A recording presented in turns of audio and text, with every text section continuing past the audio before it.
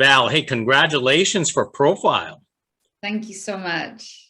Hey, so tell us what initially attracted you to a unique project like this for yourself. I think the potential of working with Timur was a massive pull. I really respect him as an artist, and I just the idea of working in this way, I'd never heard of Screen Life before I auditioned for this.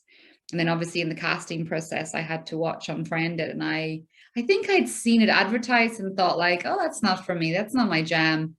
And that's a teen show, and I don't like that. I wouldn't be able to watch people on screen for an hour and a half. That's crazy. And then I watched and was like, oh my God, this is amazing. And I really understood how, because we're watching ourselves, right? Because we understand that world so much. So I think, yeah, to the chance to be a part of something so innovative was really exciting for me. What was it odd, or you're comfortable with you using these screens now these days? Because I know actors are now auditioning, remotely, All and, the and and I'm time. sure this audition was in that sense, but you're auditioning to be on screen. Yeah. I mean, I auditioned like on my phone on in a lunchtime when I was shooting a film in Colombia. And like my whole life now is just me. It's kind of, I don't know, it's kind of weird because I love the people are what make the world go round. Like we need community, we need human touch, we need human contact. So I miss that aspect for sure of like meeting with actors or directors or producers. But anyway, yes, so it's that is the world that we live in now. So, but to shoot a film like that was quite unique because obviously the way that I shoot is, normally you go on a set and like, there's a format to the whole thing. So this was completely new and unique. So how was your experience not only being the actor but also being the cinematographer for yourself? I think it was really good because it stopped me thinking about my performance so much because there was so much going on. There was so many things that I had to be aware of and get right. And like, everything that you see on the screen, all of the movement, all of the typing, all of the, that's all me in real time. It wasn't done in post-production. So there's just, it's just quite a lot of pressure. So you want to get it right, but you also want to give a good performance. I think what was quite nice was you can't think about your performance too much, which takes away, I think that's what helped us both be as natural as possible.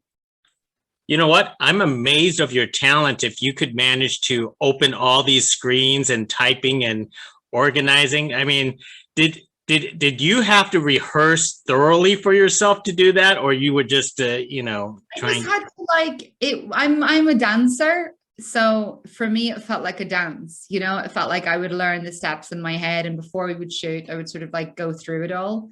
And in rehearsal, Olga, the producer, had, because she did so much of this research herself, she talked me through a lot of it. And, because we wanted to make it seem fast and snappy and not like Valene doing stuff online, but like, a journalist who was hungry, who knew what she was after.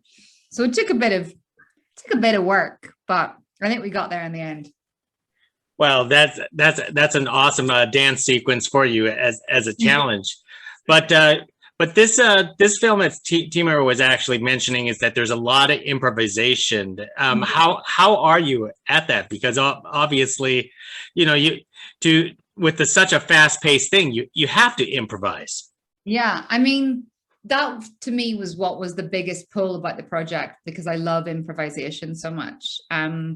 I think one of the challenges is when you're improvising in a different accent because you can learn your lines in an accent and you know exactly what the rhythms are. But there was, Shazad was using his own voice, but I'm Irish and we were making her from London. So there was that challenge of like, I really had to know the accent inside and out so that when I improvised, I never made sounds like, oh, that sounds Irish. But yeah, in terms of improvising material, I'm very comfortable. It's what I love to do. How much rehearsal did you do with Shazad, I and think how you developed the chemistry with him? the chemistry was pretty instantaneous, which is so lucky. And I think both of us sort of, we were really lucky that we both approached the material in the same way, in that we were both like 100% all in.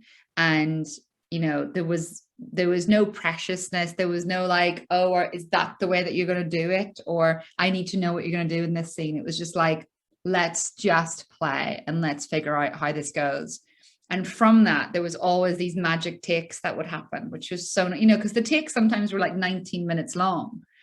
And we would just keep going and keep going and keep going. And I think without him, you know, the film hangs on us having good chemistry. So we were really lucky. I'm curious because he has to basically act with you remotely. Did you ever get the chance to meet him in real life? Shazad? Yeah. Yeah, we rehearsed in real life together. Ah. So we were together with Timur, Olga, me and Shazad, all the other actors. No, Christine we didn't meet with, actually. Christine we never met.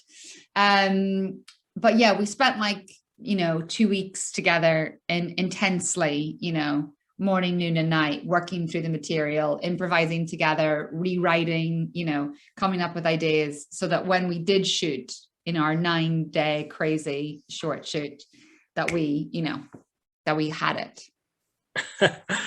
Now, one of the things, because this is based off of a true story, did you have a chance to read Anne's book, or did you basically looked at? Oh my God, yeah, I read it like 50 times. So I wanted to, you know, I really wanted to make sure I wasn't missing out on anything. You know, when we write, we often hide things. You know, when we write, we're often saying something else. So I wanted to make sure that I didn't miss any of the subtext in the book. So yeah, I read it a lot. And then I met her, you know, before at the end of rehearsals. Timur amazingly set up a Skype session with her, which was the perfect way for us to meet. And that was, you know, that was really informative because in that Skype session, she shared her screen and showed me some of the actual videos of her and Belle, which was crazy to see, you know, but really, really, really helpful. Hopefully it's very close to the movie. Very close to the movie. Shazad is a lot more charismatic now.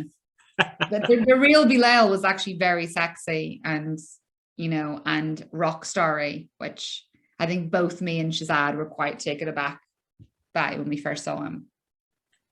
How much research did you get into the you know, the Muslim costumes? Because you could put on that headscarf on and off. You were getting that down really well. Well, I didn't want to do much research because she didn't do that much research. You know, I wanted to do it in real time. So I learned how she learned. I learned by watching YouTube videos.